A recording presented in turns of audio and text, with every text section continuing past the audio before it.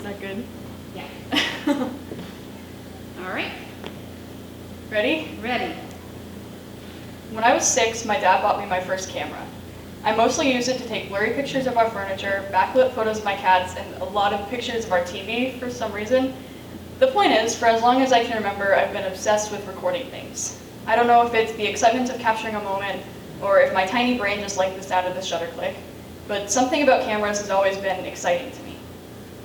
This passion has brought me all kinds of opportunities, whether it be going to video camp in middle school, making dozens of projects with my friends, taking photography and filmmaking classes, and even gaining hundreds of thousands of views on YouTube at one point. I'm even looking into film school as an option for college. Through this, my perspective on video, memory, and our impact on the world around us has changed immensely. I've realized how much easier it is for us to create a legacy in the digital age, how vastly this differs from how it's been in the past, and how all of this can inform and improve the way we live now.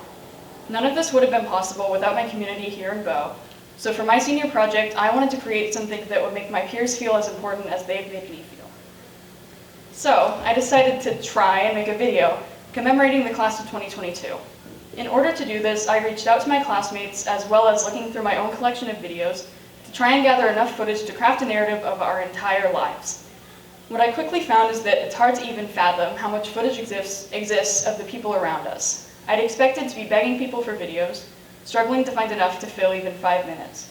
What I found was that we are, for all intents and purposes, everywhere, on every corner of the internet, within countless hard drives and folders. Even after my dozens of hours of searching, I know that I've only scratched the surface. I mean, think about it. How many photos do you take in a day? How about a year? How many of those do you post? According to Business Insider, we post an average of 1.8 billion photos a day, globally. 500 hours of content gets posted on YouTube every minute. Because of the internet, the mark we leave on the world around us has grown so much larger than we can ever even know. Our legacy, rather than requiring fame or success to be widely documented, is out there in the open for anyone to see. By recording the highs and lows of our lives, we can immortalize ourselves in a way that was never possible before. Of course, there are two sides of this coin. On one hand, we have an opportunity, now more than ever, to make an impact on not only those around us, but anyone with an internet connection anywhere in the world.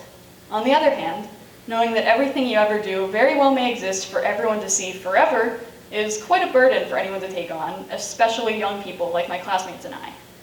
My past, present, and future are all defined by the internet, and I think most people my age would say the same. It hurts to look back on a time before the internet and imagine a version of me that doesn't obsess over numbers or freak out when I lose the little piece of plastic and metal I rely on at all hours. It's hard not to feel guilty. But what my generation has to keep in mind is that it's not our fault. We were handed these infinite wells of knowledge, socialization, and power before we even knew how to spell internet. And while it's healthy to keep yourself in check, it's not fair to expect yourself to be totally independent of the digital world. After all, it's where we grew up. One piece of media that I think outlines this phenomenon extremely well is Bo Burnham's Inside. A one-man comedy musical made in the depths of quarantine, Inside touches on issues like performative activism, growing up, depression, Jeff Bezos, and most notably in this case, the impact of the internet. To quote the song that I think covers this the best, Welcome to the Internet, Burnham says, "Mommy let you use her iPad, you were barely 2. Now look at you, unstoppable, watchable you. It was always the plan to put the world in your hand." He laughed maniacally. "Could I interest you in everything all of the time? A bit of everything all of the time. Apathy's a tragedy and boredom is a crime. Anything and everything all of the time." When I hear it put that way, I want to throw my phone out a window and go off the grid forever. But while I do think Bo Burnham is incredible at what he does, his perspective is decidedly cynical. There are ways to use this world in your hands that don't call for maniacal laughter. Initially, when I set out to write about my experiences doing my project, my first thought was to make a whole point about how, while it's important to record memories, it's even more important to create them. But as I started writing, I realized that this was disingenuous and it didn't represent the goal I originally had for this project. The idea of phone bad, book good has been shoved down our throats to the point where I almost unknowingly contributed to it in this talk itself. I mean, my friends and I still call each other screenagers when we catch each other on our phones. But what I've discovered through my project is that while our phones have their countless downsides, the ability to and frequency at which people record things is an undeniable pro. You'll rarely find a picture of someone from the 1800s smiling, because getting your photograph taken was an hour-long process. If you move during the exposure, the photo would come up blurry, so it simply took too much effort to smile. This means that people only ever saw themselves in an unnatural state. They never got to see themselves laughing at a joke, performing for an audience, hugging a loved one. And video is a whole other thing. The first video ever recorded was of a horse running in 1878, taken not with the goal of inventing the entire subset of film, but in the hopes to win a $25,000 bet that horses could have all 4 feet off the ground at once. Spoiler alert, they can. Needless to say, we've come a long way. Horses can fly across the country in 6 hours now. And as for us, we can document ourselves anytime we want in an instant. Intentional, candid, happy, sad. We get a million chances to see our authentic selves every single day. We live in a world where movies shape us. We are an extension of the media we consume. Naturally, it's easy to want to see yourself as a part of a movie too. Declare yourself as the main character. So we record things. Take note of all those moments where we get that main character feeling. When we have nothing but our own memories of these moments, they get obscured. After all, when you recall a memory, you're really just recalling the last time you recalled that memory, and so on. Aaron Siskind, American photographer, once said, "Photography is a way of feeling, of touching, of loving. What you have caught on film is captured forever. It remembers little things long after you have forgotten everything." By taking pictures and recording footage, we're combating our bad brains and making those memories permanent. Through my project, I've been able to see this effect in action to an extent I never had previously. Over the summer, I spent dozens of hours sitting on my couch sifting through old video footage of myself doing things I have no memory of. Whether it be a second grade birthday party, elementary school recorder concerts, or moments with my friends from middle school, I was able to relive memories that, prior to this project, I had no knowledge existed. I encourage everyone to look through their catalog at some point, because we forget 70% of the things we learn within 24 hours. Who knows what memories you're missing? It was not only me that helped to create this project, and I want to give a huge shout out to everybody who made it possible. To everyone who sent in footage, sat down for an interview, or even just took a photo of someone you love over the past 10 years. You made this possible. I'm just a kid with an Adobe subscription. And another special thanks to my dad for nurturing my passions and empowering me to create, and my mom for coming up with this project idea in the first place. And to the class of 2022, we have 1 year left together before it's all just a memory. But my ultimate hope is that by doing this, I've turned all the years into something you can lose yourself in, 10 minutes at a time, whenever you need. But don't think that just because this is our last year together, that we will never see each other again. If I haven't made it abundantly clear by now, cameras, phones, and the internet are incredibly powerful. Use them. Don't stop here. To quote James Cameron, go home, pick up your video camera, and make a film. And without further ado, here's my senior video.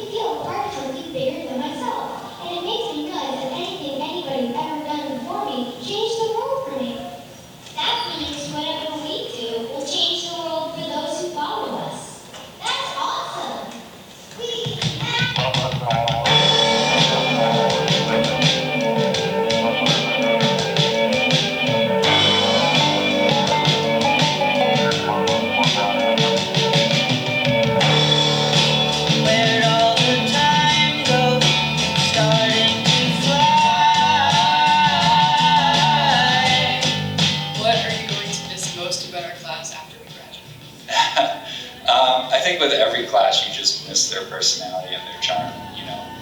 This class has a lot of kind of creative forces in it, and a lot of kids that have big personalities, and we're gonna miss that. When I look in your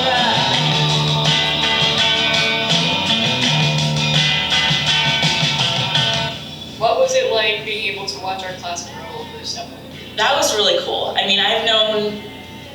I got to see you guys over a span of 6 years, which was really neat. I remember you as little third graders playing with reptiles in the classroom, and I remember watching talent shows throughout the years in middle school. I remember Ava Noche dancing, and I started to cry. I was so moved by it. Neat to see all the friendships that you developed.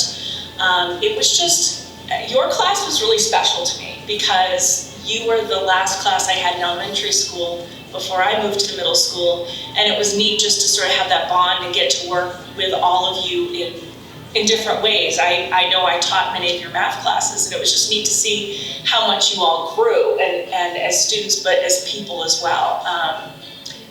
Yeah, I'm gonna miss this group, because this was a really special group to me. What was it about our school that made you feel confident enough to do that? That's a good question. I guess that people are actually interested. I mean, there's some people that could care less about what I do, and I don't take any offense to that. But I guess I know I have people like in the audience that I consider like really close friends and like peers and stuff that support me, and I think that helps. Like that's where I wouldn't feel comfortable. But like I love sharing what I do, so I love that people appreciate that I'm sharing what I do. So.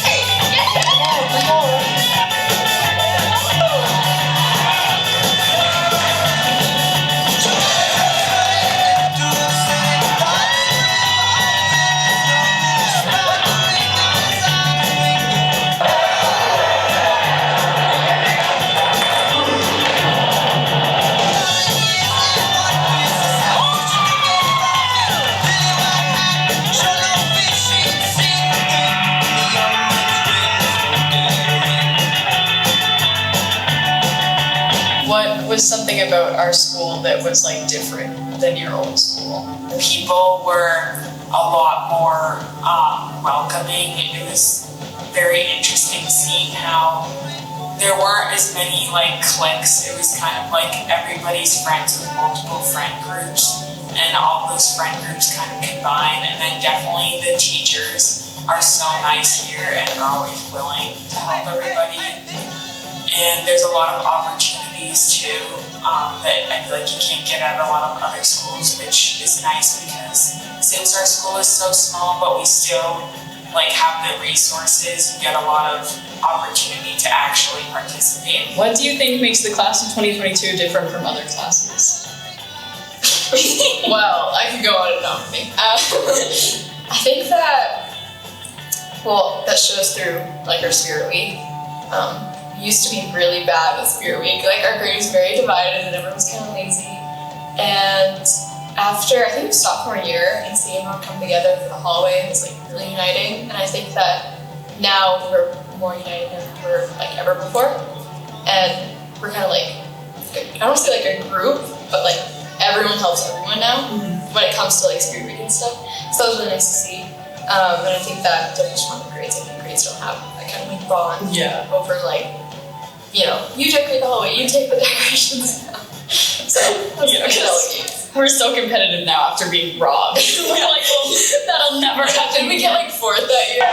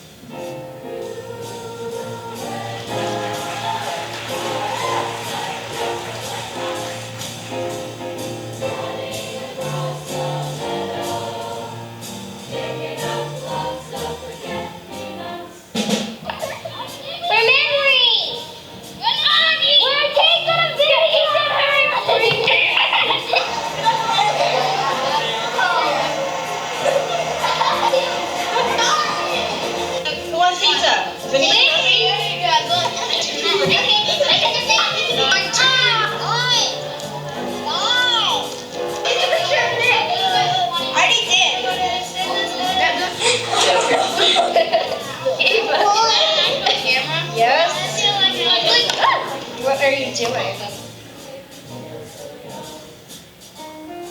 What are you going to miss most about our class after we graduate?